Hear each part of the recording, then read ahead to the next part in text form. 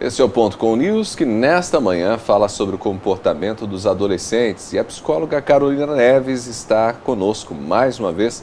Carol, bom dia. Bom dia, Ronaldo. Obrigada mais uma vez pelo convite. Olha, eu acho que falar sobre adolescente é sempre desafiador, porque nós estamos falando, né, de um momento da vida em que eles estão se descobrindo.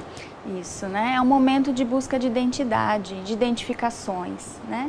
Então, por isso que é desafiador, porque o que ele vai encontrando nesse tempo, o que ele vai vivenciando, às vezes até fora de casa, né? E não temos como controlar. É um momento de transição. Então, tem momentos que é adulto, mas momentos que tem atitudes infantis, né? Como lidar com isso, né? Esse momento de transição. Então, quando fala-se numa transição, a gente pensa, então, em reorganização interna. Temos até psicólogos aí, estudantes, né? Autores da psicologia, que defendem até uma linha que fala de uma crise normal da adolescência. Como que uma crise pode ser normal, né? Mas crise no sentido de transição, então gera-se um desconforto, mas em busca de algo. Então, por isso que ele chama de uma crise. O que seria também? Vamos falar um pouquinho já, né, dessa crise. Sim, claro. O que seria essa crise normal da adolescência? São alguns comportamentos que atingem a maioria deles, né, e que dentro de um equilíbrio vão levar à busca dessa identidade e fechar aí a personalidade no final da adolescência. Então, busca por grupos, né, estar em grupos, faz parte dessa crise normal. Né? Há uma necessidade de encontrar pessoas com as quais eles se relacionem e possam se sentir bem, digamos assim. Isso, né? A gente fala que eles se ligam àqueles que chamam a atenção. Então, eu me identifico com eles, né? Por isso ando com eles. Ou admiro, tem algo que me chama a atenção, então eu vou começar a andar junto, né? Então, também a preocupação dos pais. Claro. Com quem que estão andando, o que Até porque estão fazendo. as amizades, elas afetam diretamente o comportamento. Diretamente. Dentro de um equilíbrio de algo normal, ele vai buscar grupos saudáveis. Quando sai disso, já começa a procurar algumas ganguezinhas, algumas coisas aí mais pesadas, já sai do âmbito normal, a gente já fala que não é a crise normal mais. É uma crise mesmo, né? Precisa de um acompanhamento. Mas assim, andar em grupos, defender ideias ferrenhamente, então ele começa a buscar os porquês. Né? Então, por que disso, mas por que dessa regra, por que tem que ser assim, que antes era só obedecer, hoje ele quer questionar, né? Então isso também faz parte dessa crise normal. A busca pelo lado religioso também. O que é o lado religioso? Vai ver se Deus existe mesmo, quer saber e quer testar isso, né? Então às vezes a família tem lá uma orientação cristã, enfim, alguma outra orientação e abordagem, ele quer testar aquilo, né? Esse é um aspecto bastante curioso, né? Porque às vezes os pais se sentem até um tanto mal diante dessa crise, porque, poxa, mas nós criamos nessa determinada orientação religiosa, né, nesse segmento, e como pode questionar? E é um questionamento que se dá e que se torna quase natural, né? É saudável.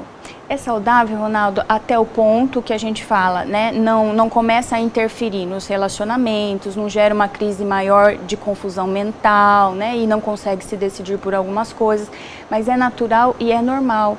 Então, quando ele começa a encontrar o sentido e as respostas para aquilo que fica ali como dúvida para ele começa a se constituir enquanto sujeito. Então, é saudável que ele questione, né? E que ele também procure essas respostas. Então a gente falando aí de questão de grupos, de ideologias, de religião, né? Mas não só isso. Então, em quem ele vai se espelhar, né? Primeiramente nos pais. É uma fase de busca de identificação, vai se espelhar nos pais. Aí nem que seja para se contrapor, né? Sim, nem que seja para isso, porque não necessariamente vai ser a fotocópia. Né? Então ele vai pegar um pouco do pai, vai pegar um pouco do que é da mãe e vai fazer essa mistura. E às vezes o que ele não gosta, não se identifica, ou sofreu às vezes até ali naquela família, no relacionamento ou com o pai ou com a mãe, às vezes ele pode ser totalmente oposto, ou também sem querer se identificar e ser tal como. Né? Então, por que os pais se preocupam tanto, né? Para tentar passar o melhor para esse adolescente, porque sabe que vai influenciar.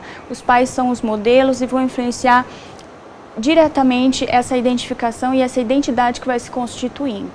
Carol, eu acho que para muitos pais que estão nos acompanhando, a sensação nesse momento da vida dos adolescentes é um pouco de impotência. E às vezes, dois comportamentos podem ser adotados pelos pais. Tentar uma presença muito forte na vida desse adolescente, tentar pressionar para que esse filho, digamos assim, não escape, né? E o outro que é ser um tanto displicente, um tanto distante, é assim mesmo, e se ausenta um pouco da vida dos filhos.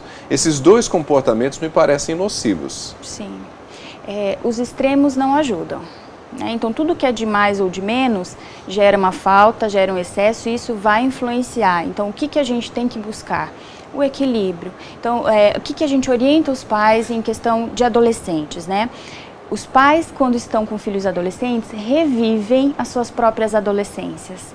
Então, quer dizer, se não teve uma boa adolescência, algo ficou para trás, não ficou muito bem resolvido, provavelmente ele vai ter uma dificuldade de lidar se isso acontecer com o filho dele, né? Então, como que vai trabalhar essa questão? A gente pensa no seguinte, né?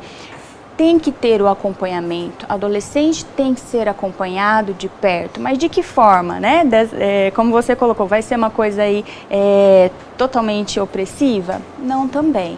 Tem que ser orientado, tem que ter o diálogo, tem que ter a conversa diária, mas também respeitando o limite, né? Então o adolescente às vezes não quer falar, não quer comentar, mas vai surgir isso num outro momento, então respeitar esse momento do adolescente, mas sempre estando aí próximo e conversando muito, né? Então às vezes os pais têm dificuldade de falar sobre determinados assuntos, né? Aí já leva no psicólogo, vai lá que o psicólogo vai falar com você. Aí a gente chama depois o pai e fala, não, olha, aqui vamos conversar juntos.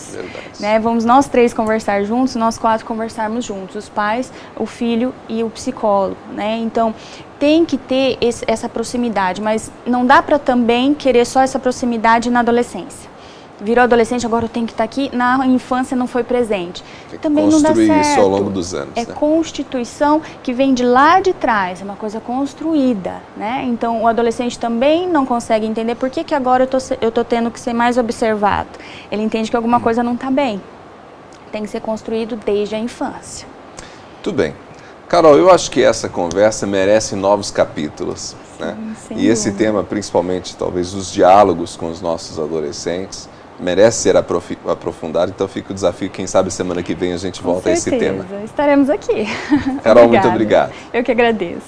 Conversamos com Carolina Neves, ela que é psicóloga, falou com a gente um pouco hoje sobre o comportamento dos adolescentes. E justamente em virtude de tantas dúvidas que nós pais temos em relação a essa fase da vida dos nossos filhos, nós vamos voltar a falar sobre esse tema, quem sabe nas próximas semanas.